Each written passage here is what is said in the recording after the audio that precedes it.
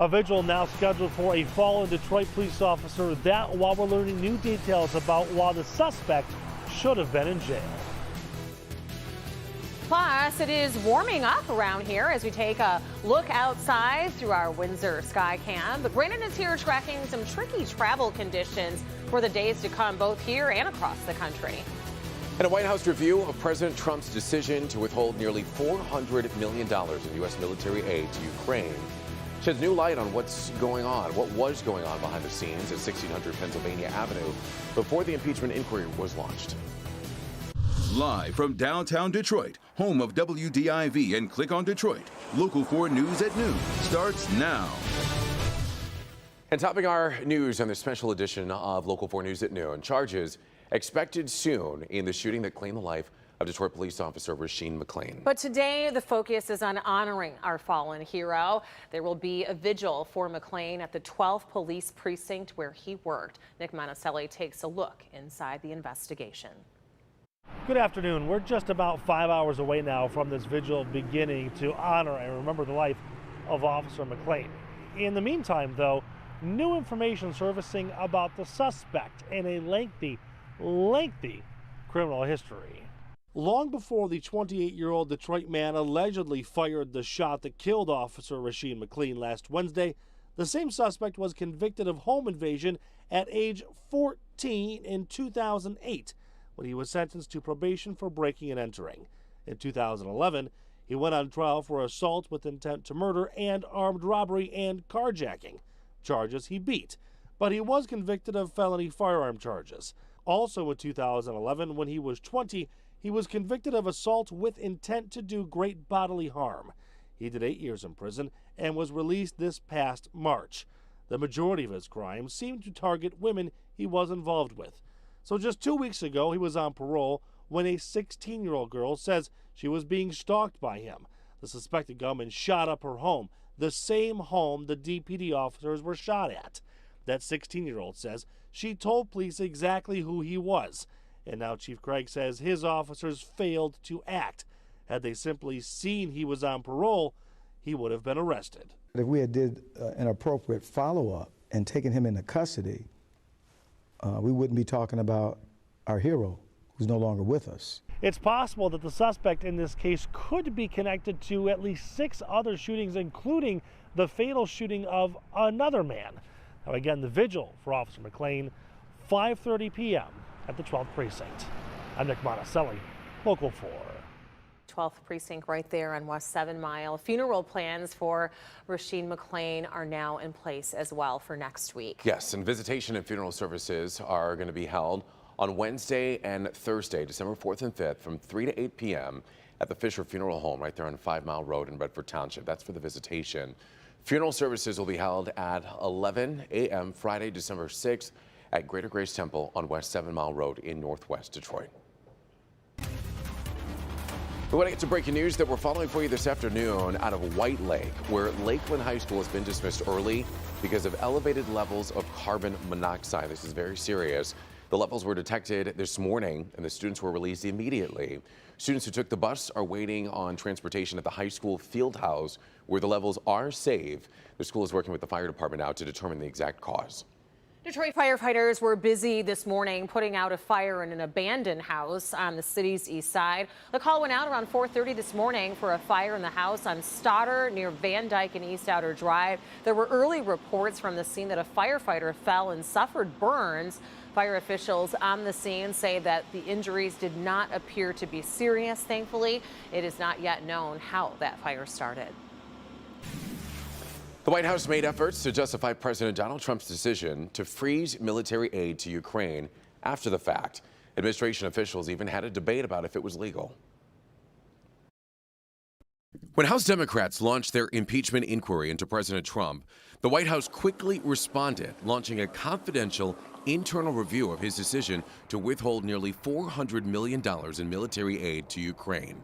As first reported by the Washington Post, the White House counsel's office uncovered hundreds of documents, with 3 sources telling the paper one early August email exchange between Acting Chief of Staff Mick Mulvaney and budget officials shows the White House looking for a way to explain the freeze after Trump already paused security assistance funds in mid-July. That conversation coming days after the White House counsel's office learned about the whistleblower complaint scrutinizing Trump's July 25th phone call with Ukraine's leader. Budget lawyers ultimately decided it was legal to withhold the security assistance.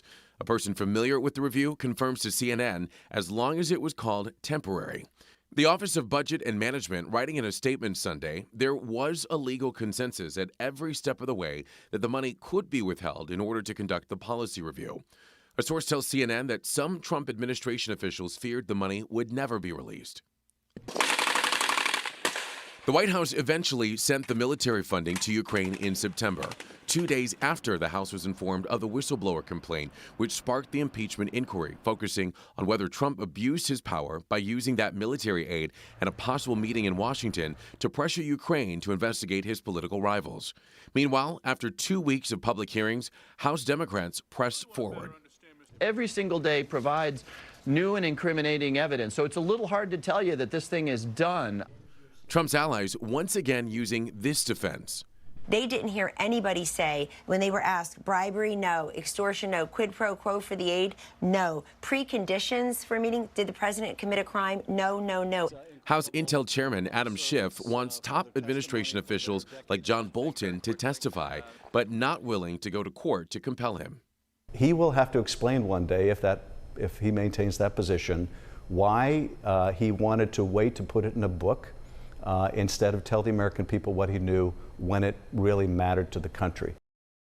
And Schiff has left the door open to more hearings and depositions as his committee prepares a report for the Judiciary Committee, which will consider articles of impeachment. Today is the last day to apply for disaster loans from the Small Business Administration for physical property damage. It covers businesses and homeowners' residents impacted by the flooding earlier this year. You can apply online. All the details can be found on clickondetroit.com. And boy, do we not want to go back to that ever again. Record flooding around here. Right, and we get those from time to time in the middle of the summer, flooding out some of our highways, but there are other times of the year where we just can't take it anymore on the ground. Well, it looks like we are going to luck out with the Thanksgiving Day forecast, I guess. Leading up to it, looks like it might get a little messy.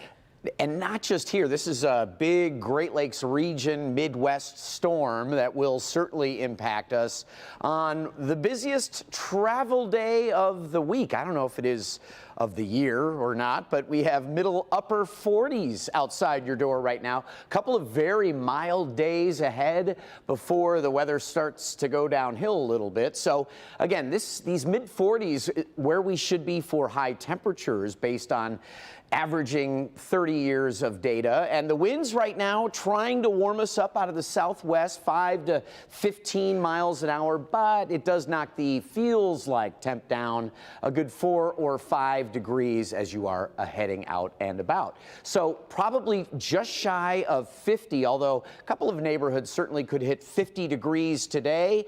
Only partly sunny through the mid and late afternoon. Our hazy sunshine, you can start to see some of the clouds working their way toward us. We are watching one system, not that concerned about, but this next one, guys, that's the trouble for us for travel, and we'll have more coming up. Alrighty, Brandon, thank you. Let's take a look at the clock, the countdown clock, as we are now just 3 days away, or just under 3 days away from the 93rd America's Thanksgiving Parade presented by Art Van. And if you can't make it on downtown Detroit to watch it live Thursday morning, don't worry. We always have you covered. Our live coverage starts at 6 a.m. with a special Thanksgiving edition of Local 4 News Today, live from the Breakers. Yes, we have a new location this year, so we're excited about that. So it was an amazing morning at the parade company and for one very special student here in Metro Detroit. The Skillman Foundation announced the winner of its annual float design contest. And the winner is Malaya Johnson with her You Have a Choice float. Malaya is a 5th grader from Bates Academy, and she got to see her drawing really come to life there, telling the story that young minds can be whoever they want to be when they grow up. And President and CEO of the parade company, Tony Michaels, says that the Skillman reveal is one of the best parts of the parade. This day every year is one of the most exciting at the parade company. To roll out the Skillman float to the child who designed it, it doesn't get much better than that. It really doesn't. No, and we're so excited to see it live along Woodward Avenue. This is the 28th year that the Skillman Foundation has held this design a float contest, and always going to a well-deserved student. Absolutely, and the reality is, year after year, we see those floats even from years past that are still a part of the parade route that were designed by kids. And as Tony Michael said, it really doesn't get much better than that. Very exciting. All right, still to come, U.S. Supreme Court Justice Ruth Bader Ginsburg is now resting at home after spending part of the weekend in the hospital. We'll take a closer look at why she was admitted. Plus, a new chapter in the controversial war crimes case of Navy SEAL Edward Gallagher, how it involved a major military shakeup.